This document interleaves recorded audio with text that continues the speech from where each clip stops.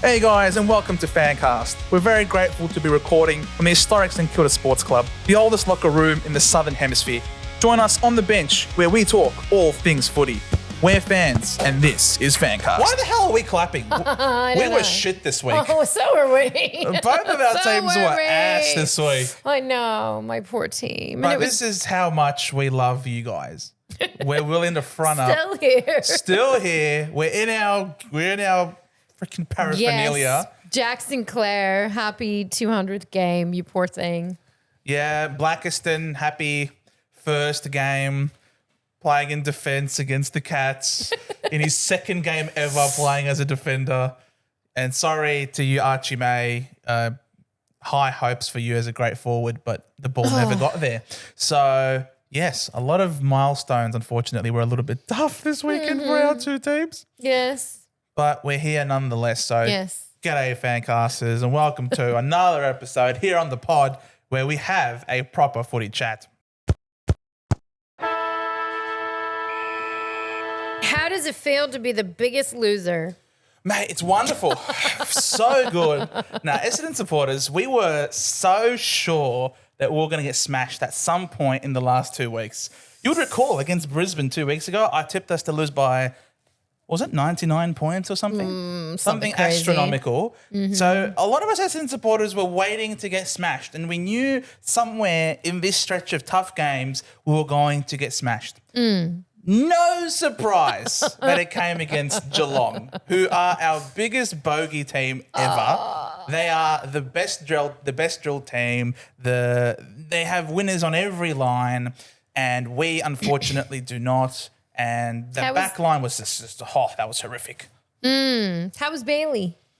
Bailey Smith? Yeah. Yeah, he was all right. He got the ball a lot, but not the most, not the best ball user. Definitely Holmes is clinical. Holmes, he has that. I know the big number is the 41 disposals for Bailey Smith, but like Max Holmes was only a little bit behind him. Yeah. But Bailey Smith had like a disposal efficiency in the 50% mark. Why do you think that Geelong is your bogey team? They're always our bogey team. Why? Well, Hawkins loves kicking bags against us. Why? The Tomahawk. Because our backline's always been crap. Yeah. Our Okay. backline's always been bad. And our Okay. midfield has always been carried by one or two individuals. It's rarely ever, and it's also coincided with the fact that in this era of dominance for the Cats, we have been particularly bad as well. So, before 2007, you wouldn't really say that the Cats have been a big powerhouse. For the longest time in this modern, era, Right. they've been incredible. And you can't say that the Bombers have been anything other than a powerhouse since before 2000, obviously having 16 flags and all that jazz. Right. But in this modern era now, we've been so bad compared to how good they have been. So, of course, every time we come up against them, they always smack us. And I almost have PTSD every time we're going to rock up against the Cats. And I almost feel like the players themselves have PTSD. But there's nothing much you can do when you've got Angus Clark in his fourth game, who's not a defender, lining up on Jeremy Cameron. Yeah. You know what I mean? Like when you've got Archie May in his first game on the MCG playing in the forward line against Henry or Stewart, it's very difficult. You got someone like Luamon Lual playing his second game on the wing against Blixarves, who is a good 25 centimetres taller than he is. Really, you could say that it's like they're strong in the exact places where you're not. Well, they're strong all over, aren't they? I mean, what's a weakness for the Cats? I don't know if they're super great. Wow, their whole... I don't know. Yeah, that's the thing. Like, they just seem so... They're very competent everywhere. Yeah, they're very competent everywhere. I guess that their defense doesn't get a lot of accolades. Well, Tom Stewart, multiple All-Australian. He's pretty good back there. People don't talk about the defense of Geelong that often. They talk about defensive play. Yes. They talk about conservative play, but they don't really talk about their defensive line very much. So it's a very good line still nonetheless. yeah. And a lot of the way that they defend is very front-oriented, Yeah. very high front half turnover game. Yeah. and they're really good at applying that pressure. Yeah. And they definitely applied that pressure to us. Yeah. So, kudos to the Cats. They absolutely dominated us from start to finish. We had periods where I thought that we were plucky and that we tried hard and we didn't put the head down in the first 3 quarters, that we really tried. But fourth quarter, they just flexed their muscle and they were like, all right, nice try. But we want a percentage booster now. We're messing with you. Yeah, but they didn't get out of. I don't think they really got out of first gear in the first 3 quarters, and then they just decided, let's just end this and really feast. And you saw a lot of the young heads just dropped in that moment, and it was really hard. It was a poor reflection, I think, on the leaders at the Bombers to not keep the players grounded, right? In that late in the piece, but also the issue with the leaders was that they were the ones making so many bad errors at the start. I understand. I thought the kids were all right. I thought the kids were fine. I understand that sentiment. Yeah, but I guess it's safe to say that when you have a young team, you can expect a flogging. Oh, it's like part of having a young team. Yeah, I think it exactly. just goes with the territory. It shows the difference between Carlton and Geelong. Yeah, just how much of a gulf there is. Yeah, because this is the same team, except we had 2 more debutants. Right. And we've got another debutant coming up this week. Right. For number 11. Yeah. I think half the team, close to half the team, has less than 1 season of experience. Yeah. On the field. I mean, and that's where you get the every single weekend you rock up and you don't really know what's going to happen. Exactly. And it could go really good or it could go really bad. So I guess that just kind of comes with the territory. We're leading towards the latter in most of these games now. It feels like it. We had 2 honourable losses in a row, and then of course we had to come up against the Cats. And this week also been another big test, travelling out to the west. But you guys. So for us, I feel like it was very understandable how we got pummeled. Where did things go wrong for you? This is now the second time that you've played against the Dogs. Right. I was trying to figure this out because we just don't perform well against them. I think part of it is that our midfield and their midfield, they're not competitive with each other. We're just not competitive with them in the midfield. And one of our big issues I think right now in this season is that we don't have a lot of height. And then you've got Sam Darcy, who came back and was the tallest man in the world. Yep. So taller than Matthew? I don't know. I mean, it's really hard. I think we didn't have the height. We weren't able to really. I don't know, why all of a sudden our forwards couldn't kick goals. It felt like we were having a hard time. We were making a lot of errors on the field. We weren't always getting the ball out the middle, and our momentum was constantly. I don't blame the umpires for the loss. But our momentum was constantly intercepted by an umpire call that just most of the time didn't make any sense. Yeah. And when you're losing, you just at that point want to leave. You just don't even – why watch? Why watch when you can't even get momentum because there's constantly a whistle? And that's kind of how it felt. You just want a fair crack. Yeah, and you watch your players get hit in the head – they're being held like a hug and nobody's calling it. Every little thing they do is getting a whistle and thank you, Lee Fisher, you piece of crap. I'm curious why the AFL allows players who've been delisted to then umpire the teams that delisted them because there's clearly negative emotions there, isn't there? I really don't think that he doesn't have a bias. He was blowing the whistle for things that didn't even happen. A mark that he blew a whistle for a mark before Sam Darcy even marked the ball. What? It's just really frustrating, and I don't know why it happens. And I know the Bulldogs was the last game that Lee Fisher was able to play with the Saints, and maybe that's part of why he loves to blow his whistle. I have a better place for it, Lee. Next time you umpire a Saints game, I hope it makes its way there. Where the sun don't shine. But yeah, it was really frustrating. On top of all that, you've got this constant interruption of umpiring, which I would love for it to make sense, but a lot of times it just didn't. But yeah, and to top it all off, poor Jack had his 200th game. I think that unlike you guys, we really thought we were going to come out there and be competitive in this one. Yeah. And I don't know, maybe it's a Bevo Ross thing. Maybe Bevo reads Ross better than a lot of the other coaches. I don't know. Could it be the bye? You've come off the bye. But, I mean, I also don't think we ever do well the week after a bye that I can recall. We're generally not that strong. Yeah, some teams are like that, I feel. Yeah, I mean, I don't know. It could have been that, but we lost by 71 points last time we played the Bulldogs. So obviously there's something up with the Bulldogs. I mean, I've been at games where we've lost by 100 points. At least it's not that. But it wasn't great. We were close. Yeah. Yeah. I just Ed Richards has been wonderful in that midfield for them. Yeah, he has. He's been wonderful and he had to be because I thought Winhager did a really good job on the Bont. He did. That was a highlight. That's a highlight. That's gonna be a green tick. Probably the biggest highlight. Yeah, like if you can clamp the Bont's influence to that degree, done. That is incredible. He even got a coach's vote for that game, which we deserved. Yeah, and he kicked the goal as well. Yeah, I know. And it was a great goal exciting. the other way. So shout out to Marcus Winhager. Yes, thank you. Shout out to Marcus Winhager. Yes. But yeah, it's something with the midfield. They read us well. McRae is not competitive against the Bulldogs in there. Well, it was his first game back from a long time. And there's that. It was a punctured lung.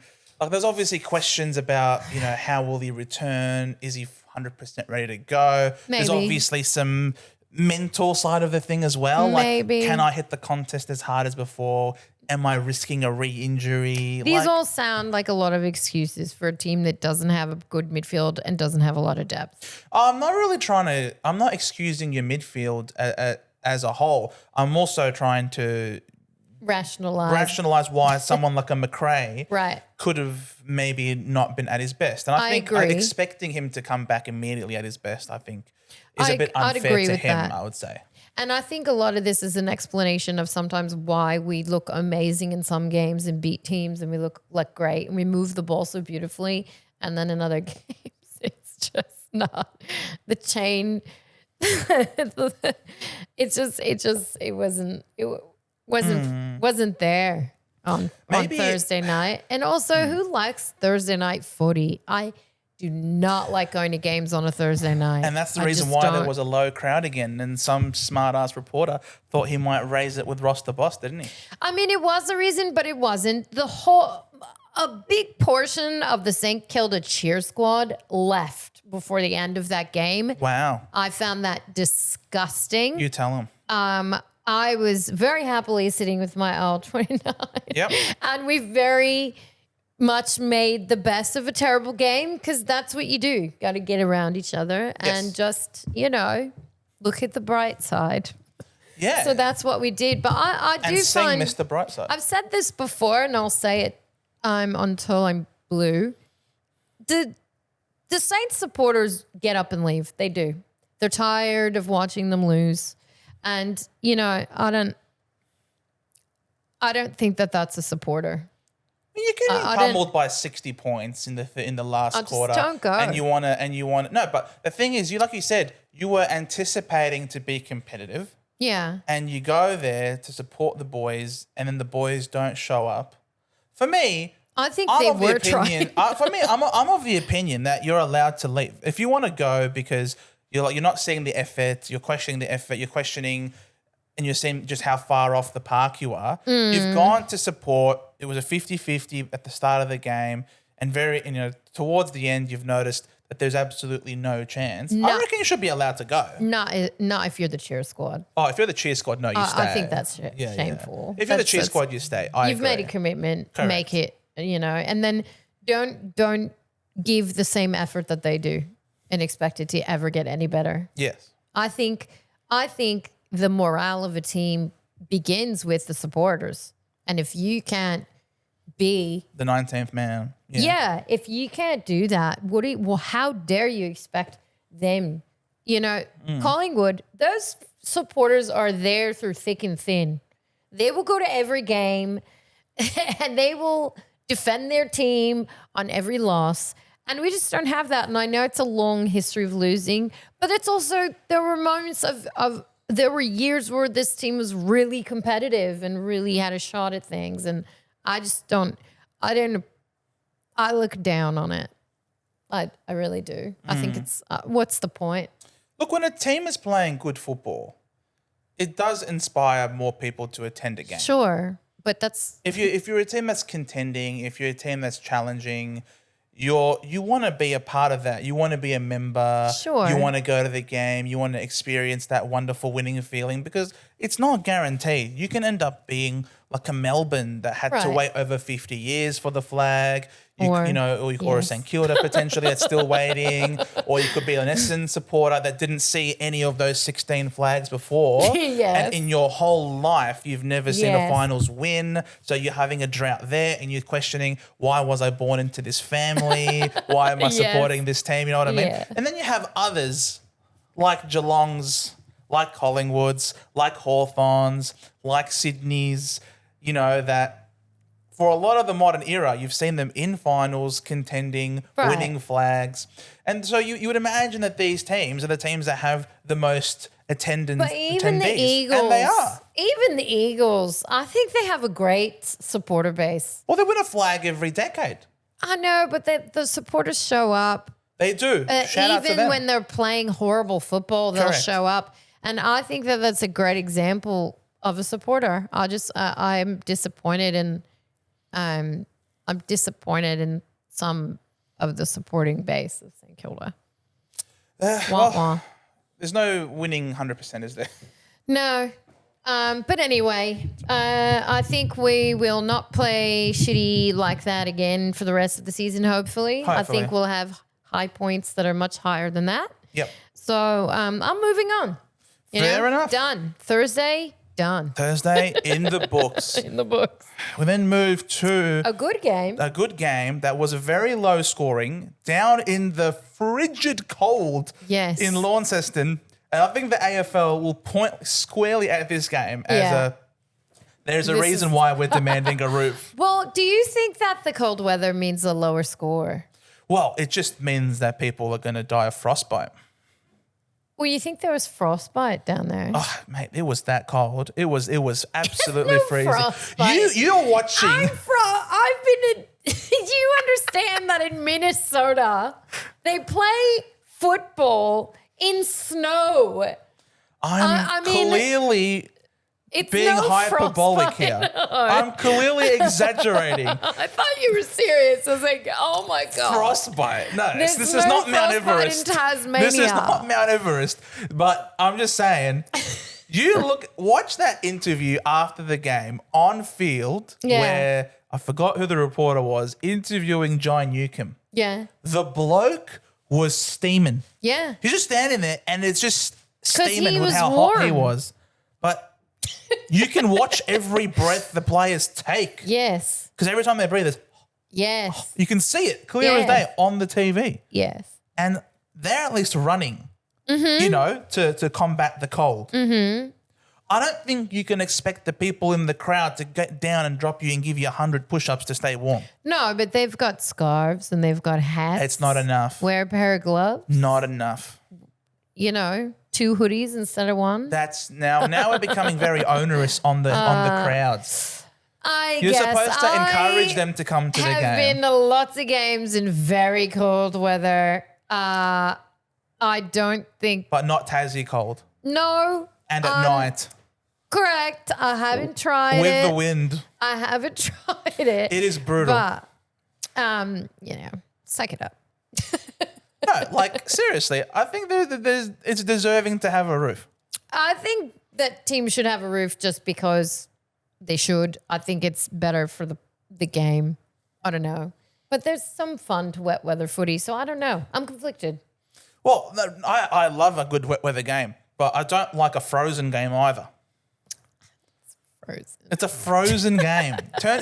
You're lucky it's grass. Otherwise, it would have been an ice rink. Maybe. But they definitely couldn't. But they couldn't kick straight. I don't know if it was the cold or something, but no one could kick straight. Very low scoring affair. Good Some on very, Hawks, though. Very gettable shots. And yes, Good on the Hawks. Yeah. They. I thought that might happen. So did I. Mm. In fact, Steveo predicted it exactly.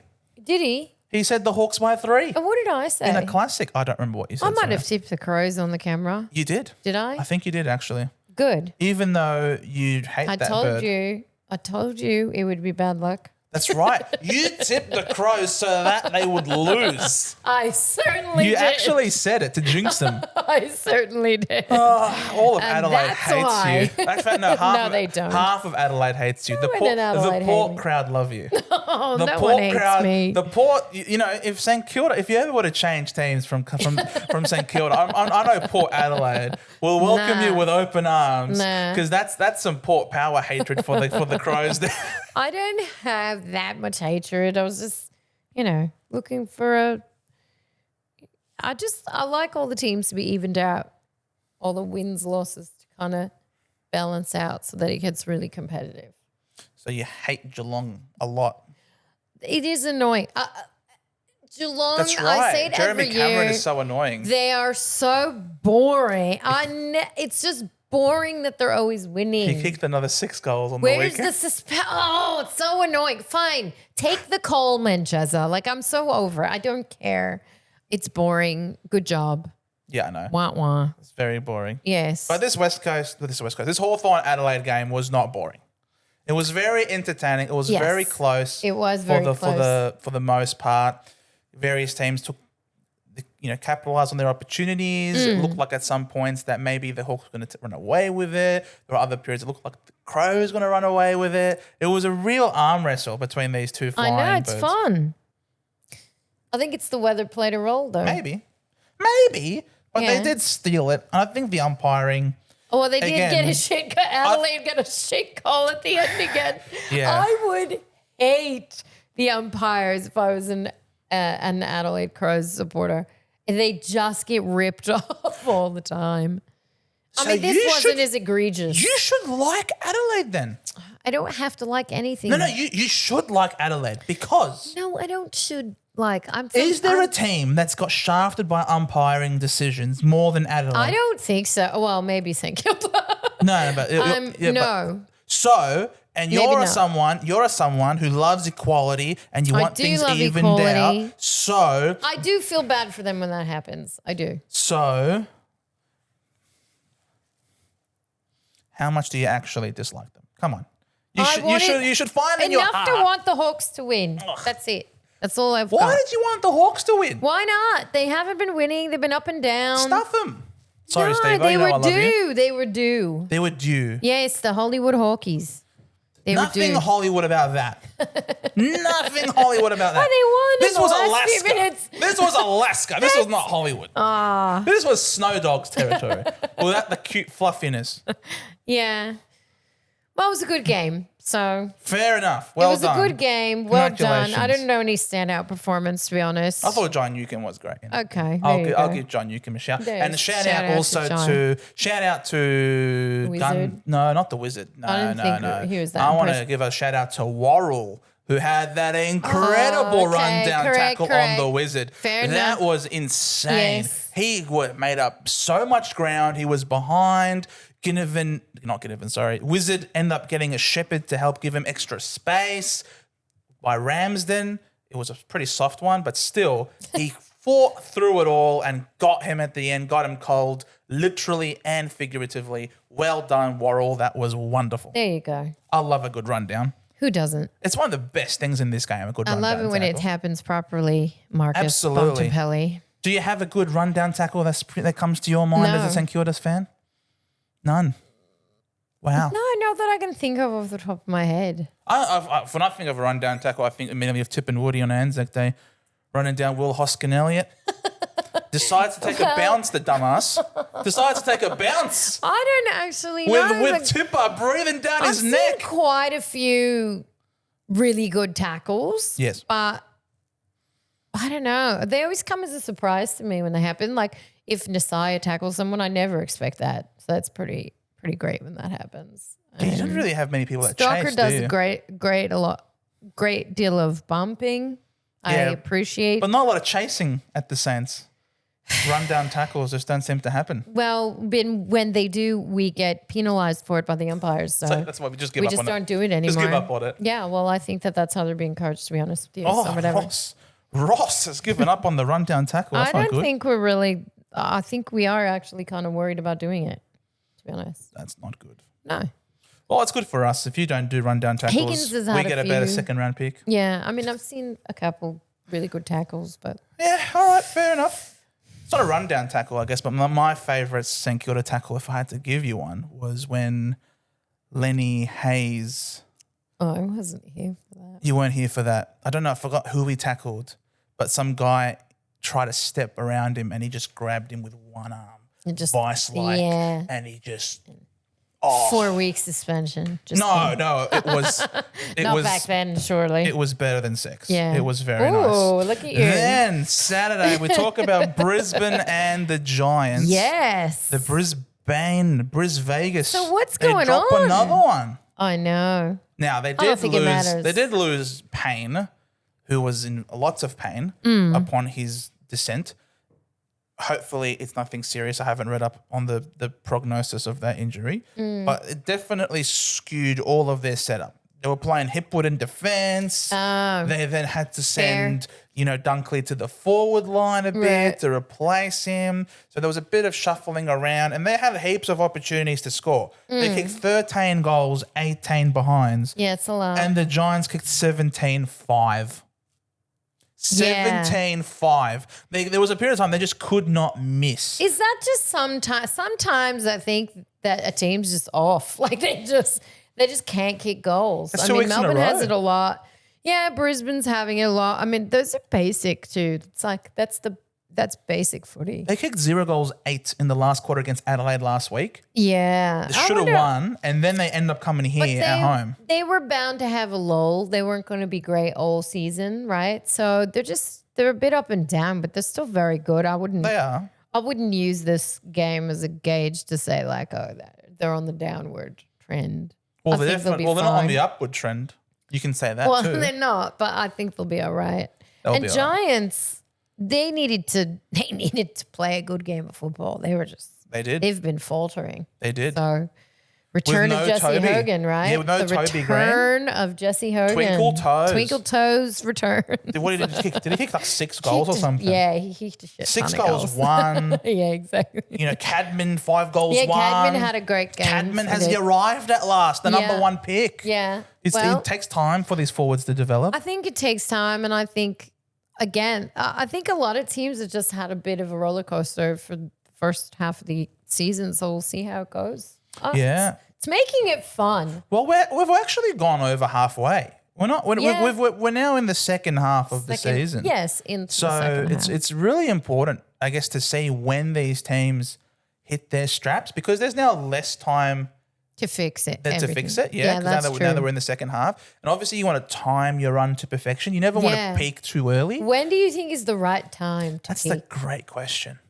It's a great question. Yeah, what round? I feel like if you start to ramp up, I think maybe 15. in round, I feel like if you start to ramp up next week, Yeah, it's coming up. like I feel like the runway starts from next week. Yeah, you got to have a go. 15. you round know, 15. 15, and then you've obviously got 24.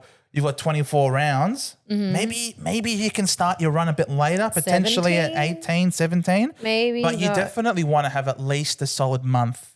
I think so. At least a I solid think month so. of great football where you're just feeling yourself. Yep. Not Carlton-wise feeling yourself, like we just beat a shit team, get around us. It's the genuine, we're in ripping hot form. Yeah. We're beating our top 8 opponents really, really well. Yeah. And we're up and about because we genuinely believe that we can win Yeah. the flag. It's not just we played good today. It Yeah. was we built on last week and Right. we're continuing the momentum. And Right. I can see a blueprint of how we win the flag. Right. That's the momentum that we're talking about. Yeah, but maybe it is maybe around round 17, 18. Because I'm just thinking like it is around that time. If your team starts to tank right around now, Yeah. you're done. It's hard to arrest It's that. not, it's not a rescue. Nope.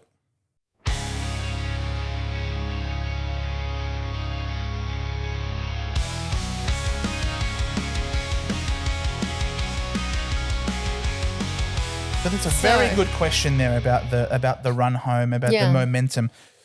And speaking of, yes, go take us away, Freo. Yeah, Do they got it? Heave ho! I feel like if they didn't have momentum from a very solid patch of football, they probably would not win this game. North probably pinch it from them. I am so annoyed that North did not win this game. You tipped them. I tipped them. I had the spidey feels. I felt it. They were strong in the first quarter. And I was like, they could have won that game. They could have, absolutely. There was something that kick in it. So annoying. Very annoying. They could have won that game. It was very frustrating. I don't know how North supporters like. It's better to lose. I think that game, it would have been better if they lost by 20 points than just that one goal that they had like 8 minutes to score the goal. I know. And they didn't do it. See? So annoying. See, this is the thing.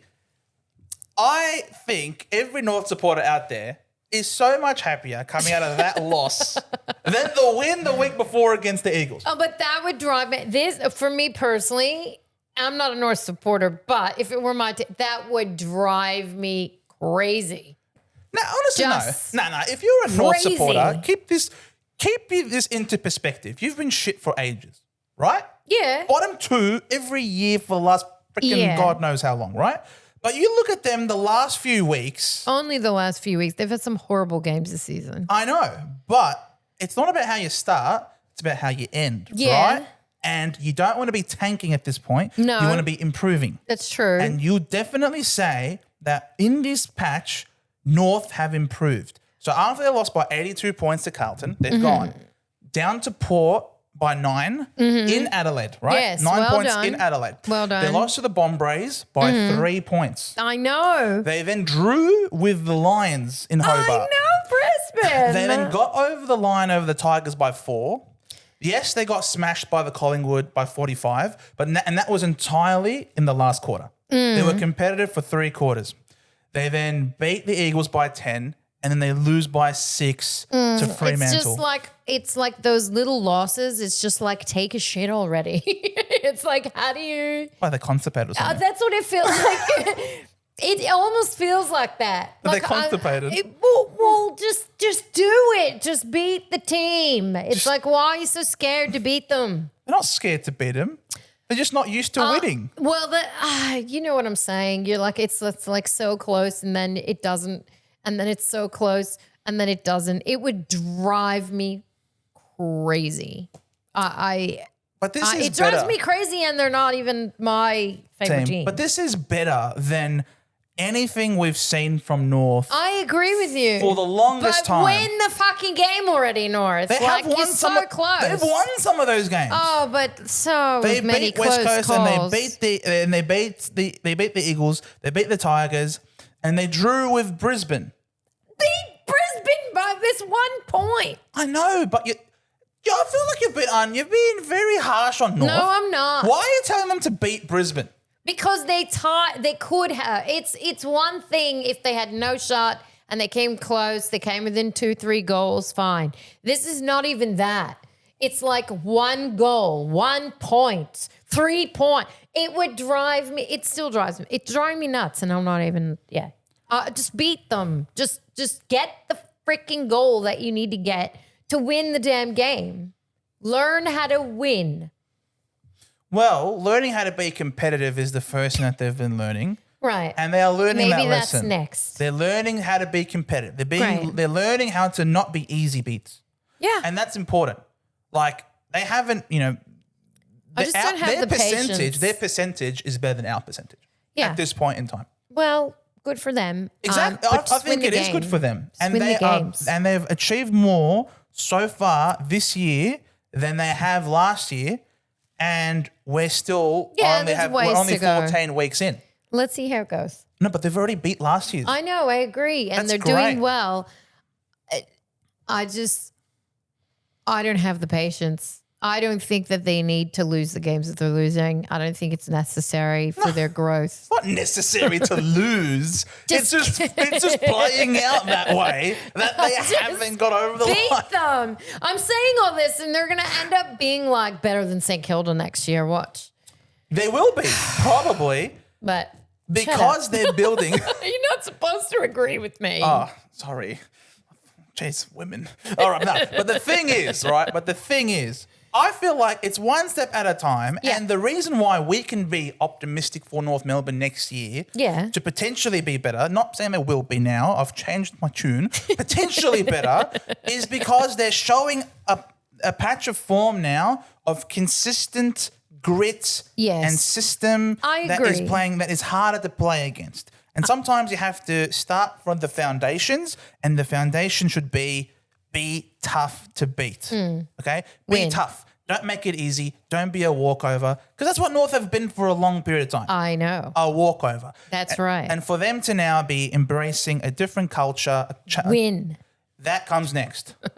We'll see it. How do you win while being flaky? You can't. We'll see it. You got to develop the backbone We'll first. see it. And there were a couple of errors in that game. I mean, they could have won. I don't remember who it was that dropped the ball. Oh my God. They were going into the 50. It would have been so easy, and they dropped the ball. It was, I don't remember. I think it's one of the new ones. Anyways. Forgive the new one. Forgive the newbie. Forgiven, but not forgotten. All right. Sunday, it was Port Power hosting the Melbourne Demons. Yes. I must confess, I watched nothing of this game. I didn't watch this game either. But interesting fact about this game is that Georgiades Mitch. Kicked more goals than any other Port player this century.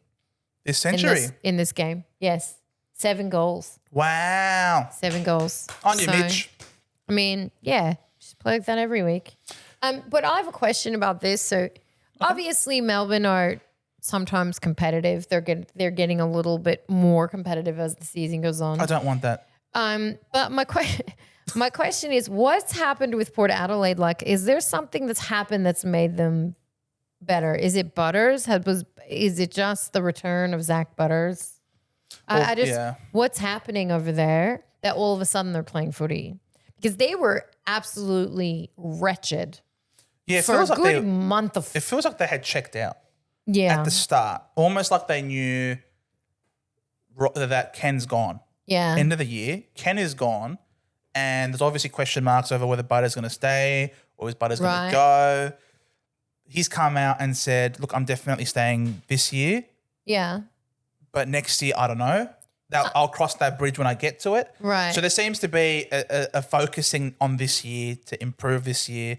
And Ken himself said, I will step away when we're mathematically no longer a chance of playing finals. Right. And almost felt like a wake-up call to the players, like the season isn't over yet. Right. That yes, my career, my coaching tenure will certainly be coming to an end this year. But that doesn't mean that you as the playing group should automatically forego a chance at finals. And that it almost brought them back to earth. And it feels like that they're playing with a bit more urgency now. Feels like they're playing for each other. I don't know why, I don't know why having it Kenny's last year would make them not try. Wouldn't that make you try more? You would think so, wouldn't you? I would think that'd be like, let's do it for Kenny, like they said last year, and everyone cried, and then they were out the first round of finals, if I recall correctly. So I don't know. It's like a half-assed dedication. They beat the Hawks. Yeah, They made it to two finals. Yeah, yeah. I don't know. It seems a half-assed dedication to Ken Hinckley. Potentially. But I think that they are playing good football. And when you play good football, it gets you into the zone. I mean, the last 2 games, yeah. It gets you into the zone. And maybe you start to feel yourself. Yeah, we'll see. Because you're playing good football. You start to feel yourself. You start to feel yourself. You start to, that ego starts to get stroked. Yeah. You start to hope. You start to believe. A lot you of start to think, stroking. why not? Yeah. Lots of stroking, maybe of each other. Who knows? You do you. Just keep You it in said it. But keep it in the locker room, right? You Keep it in the said locker room, not on the park. You said it. But yes, Butters has been great on his Yeah. in his return. He has been very important. Yeah. I think Rosie playing a bit more of a halfback role has been good for them as well because he does give them bounce. He's a good user, good leadership, does help there. Mitch Georgiades has been very good forward. I mean, he had a good game, I think is what it comes down to. Dante Had a really good Visentini doing very well in the ruck. Yeah. Awesome name. Dante Visentini. Are you kidding me? That's so good. But And maybe that's been helpful. I his don't know. brother's he's going to debut this week. Vigo Visentini for the Bombers. Even better name. Are you kidding me? Double V? Sounds like something from The Princess Bride. V for Vendetta? No, this is V for Visentini. That's what we're talking about. So very exciting stuff. So yeah, the Paw Power are in a not a bad spot. Willie Rioli playing his role.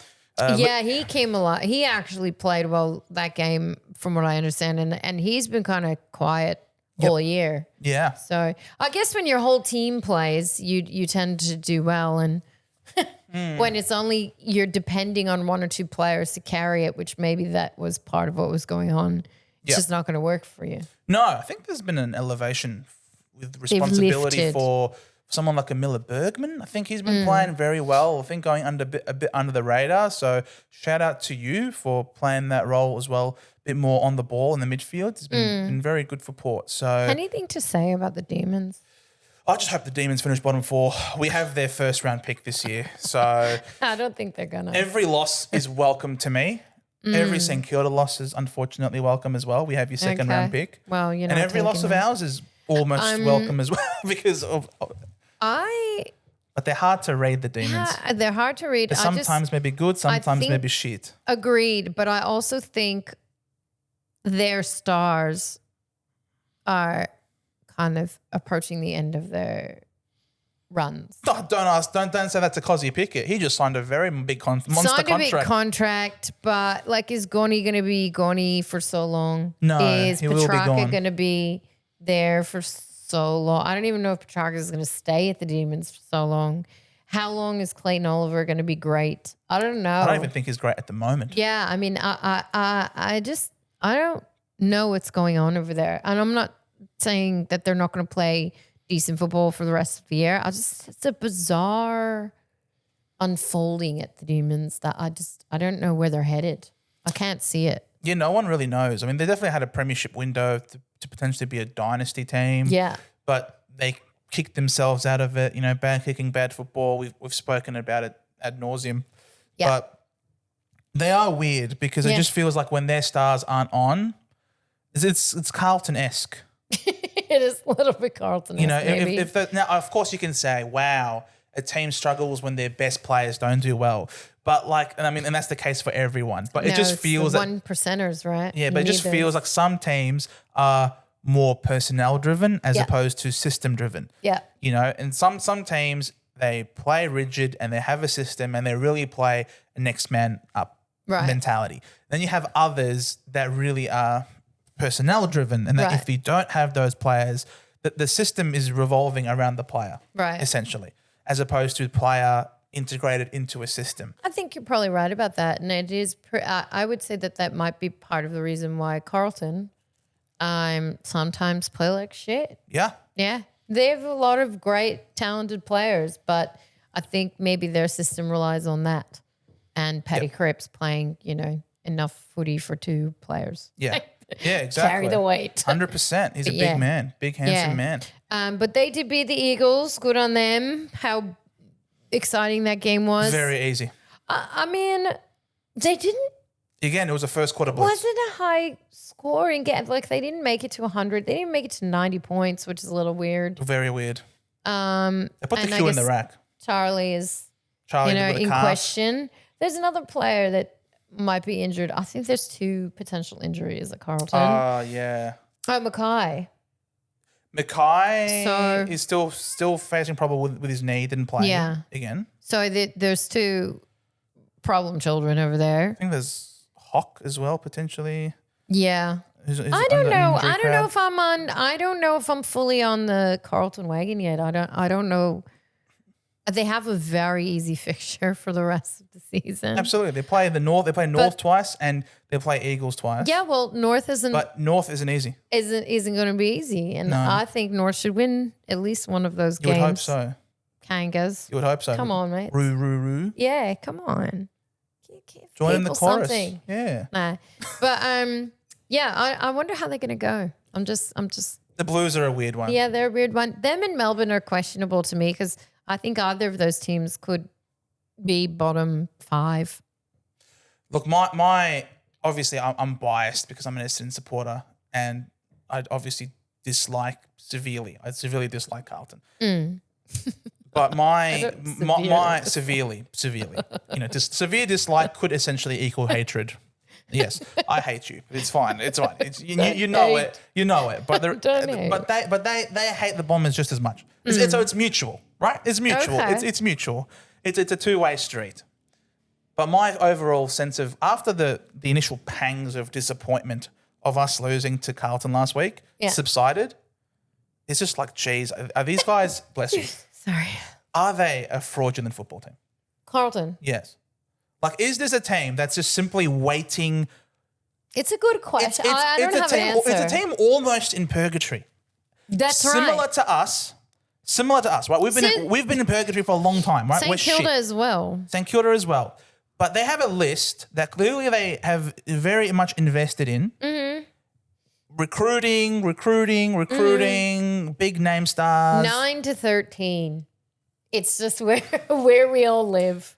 And shit. This team, can you say this Carlton team is anywhere close to winning a flag? The thing is, I think that they could because of the talent, but I don't know if they can carry that momentum into finals and into a flag. They had momentum in 2023. They had that momentum and they rode that momentum all the way to a prelim. And they choked. And they got absolutely flogged. That's what I mean. It was like a cricket score. It was like 1-60 against Brisbane at halftime. I don't think it's a talent thing. I think it's a morale thing. I don't know. I'd love to be in the brain of a Carlton player. It's a list thing. And it's a coach thing. Maybe. Voss is absolutely, for sure, not the man. You don't think Voss is absolutely not the man. And unfortunately, the playing group is also not the playing group. Yeah. Something has to change substantially in that list. And they were coached by rats for quite a while, right? They were. Yeah. It's hard to read out that mentality. They've had a few coaches. Yeah. You know, that sacked, caretaker comes in, becomes the coach. Yeah. Sacked, caretaker comes in. Yeah. Become the coach. Sacked. But what do you do if like the coach isn't performing? What do you do? Like, it's such a weird thing. Like if you know that the coach isn't performing and you know that the team isn't performing, don't you have to get rid of the coach? You do. But you also have to get rid of the people around the coach. Maybe it's not the head coach all the time. Maybe it's a cultural issue. Absolutely.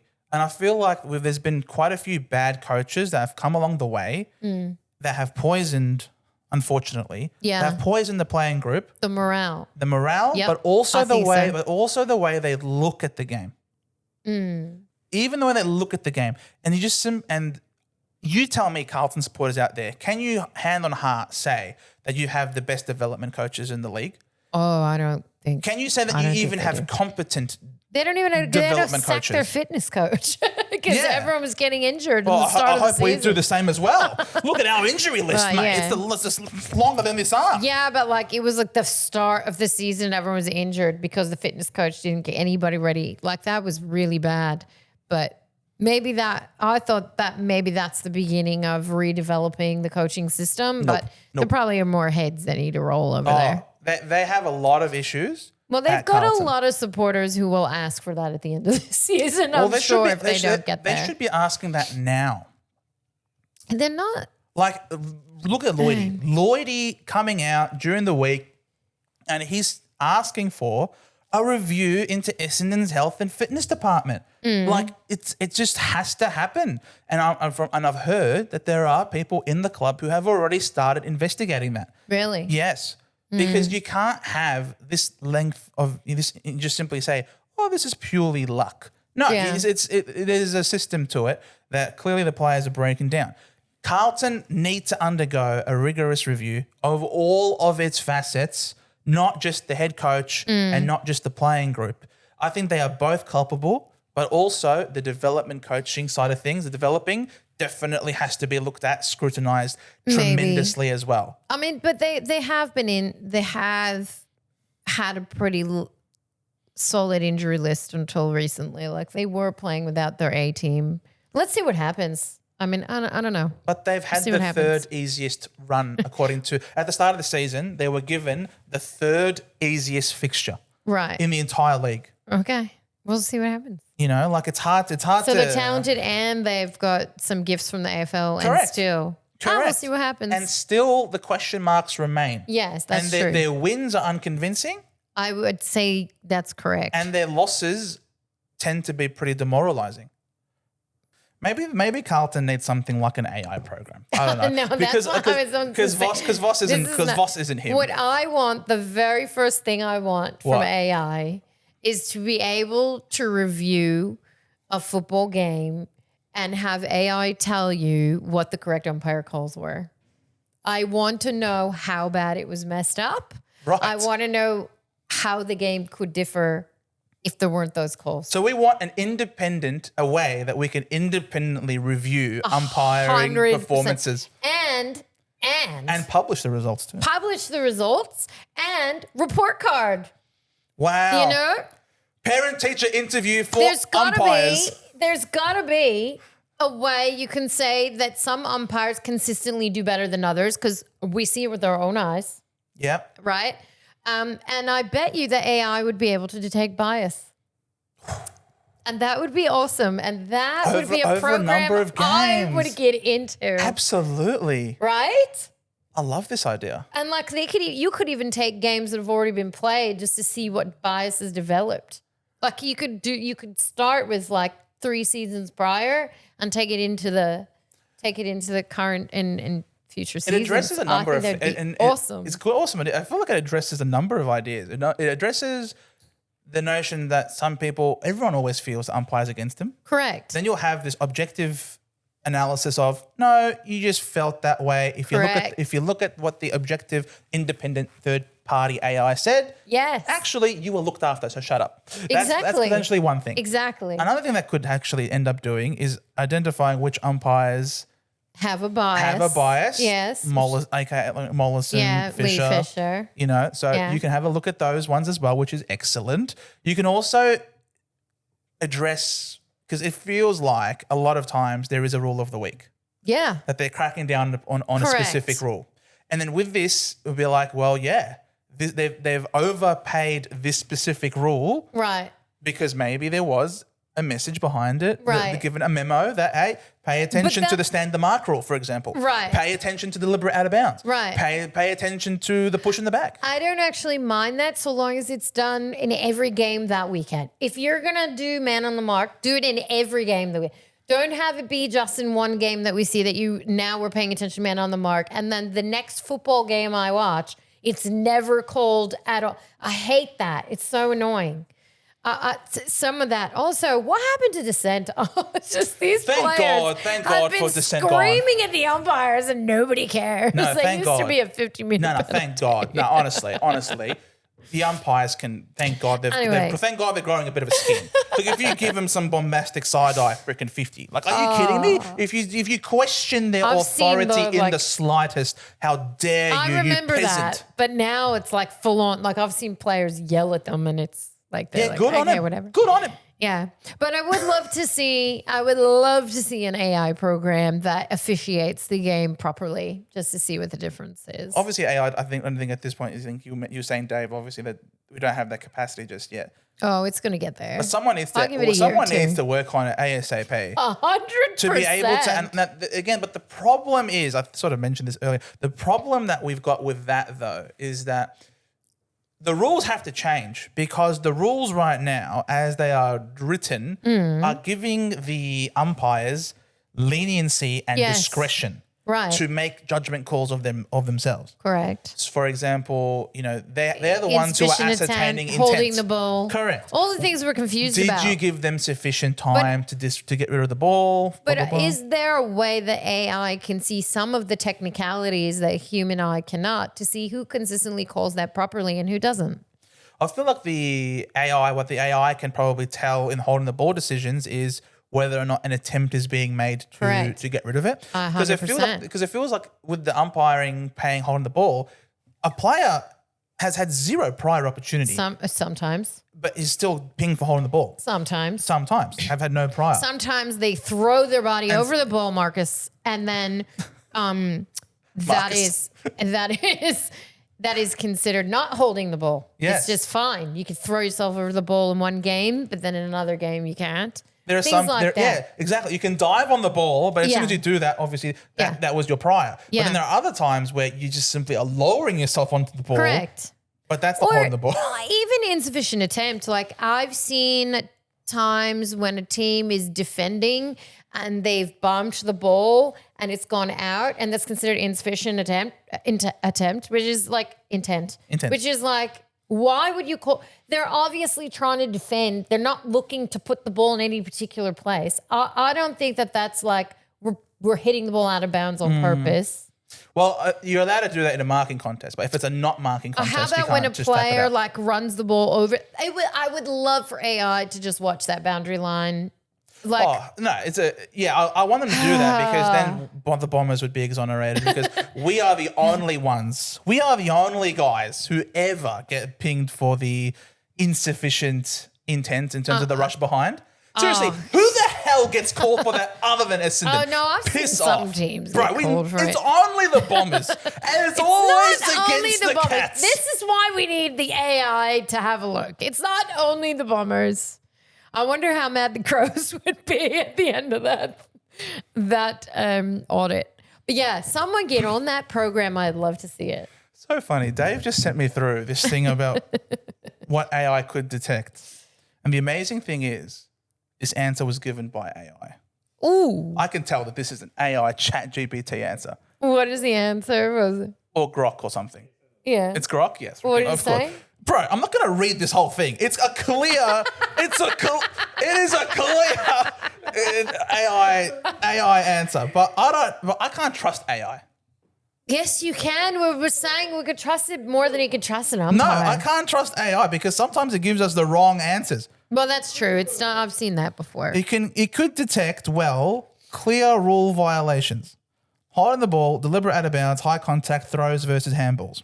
The throws versus handballs. 100% could do it. Freaking, oh my God. Get it. The doggies. Consistency patterns, comparing similar incidents and how they were adjudicated, missed obvious infractions, clear high tackles or deliberate rushes that weren't called, or deliberate rushes that are always called, statistical analysis, free kick counts, timing patterns, home ground advantages Look and at decisions. that, Geelongie. The challenges, interpretation versus black and white rules. Hey, I would love to see AI have a crack. Let's do it. Many AFL decisions involve judgment calls about intent, advantage, or in the spirit of the game. Mm-hmm. You and your spirit. Camera angles and visibility. Context matters. Prior opportunity, pressure, game situation. Rule complexity. AFL rules are incredibly nuanced with many subjective elements. Mm-hmm. A lot of this is saying the same thing, essentially. Current technology, systems like the AFL's own video review already use AI-assisted analysis for goal reviews. Still can't get it right. Shit. And some specific I need incidents. to work on that one. Expanding this to real-time umpiring decisions could be technically possible, but raises questions about the human element of the game. Not for me. Humans. The bigger question might be whether we'd want AI making these calls. Part of footy's charm and frustration is the human drama around controversial decisions. No, I hate complaining about umpires. I actually could do without that. I would love to know the rules. Perfect umpiring might actually make the game less interesting to debate. Perfect That's not an AI generated response. That's an AFL generated response. It's the I AIFL. guarantee. The AIFL. I guarantee you. The Artificial Intelligence Football League. I guarantee you someone at the AFL has now plugged this into AI. Absolutely. 100%. Laura Kane. Yeah, Umpiring has never been better. Yeah, exactly. That's the fun part when you don't get the mark.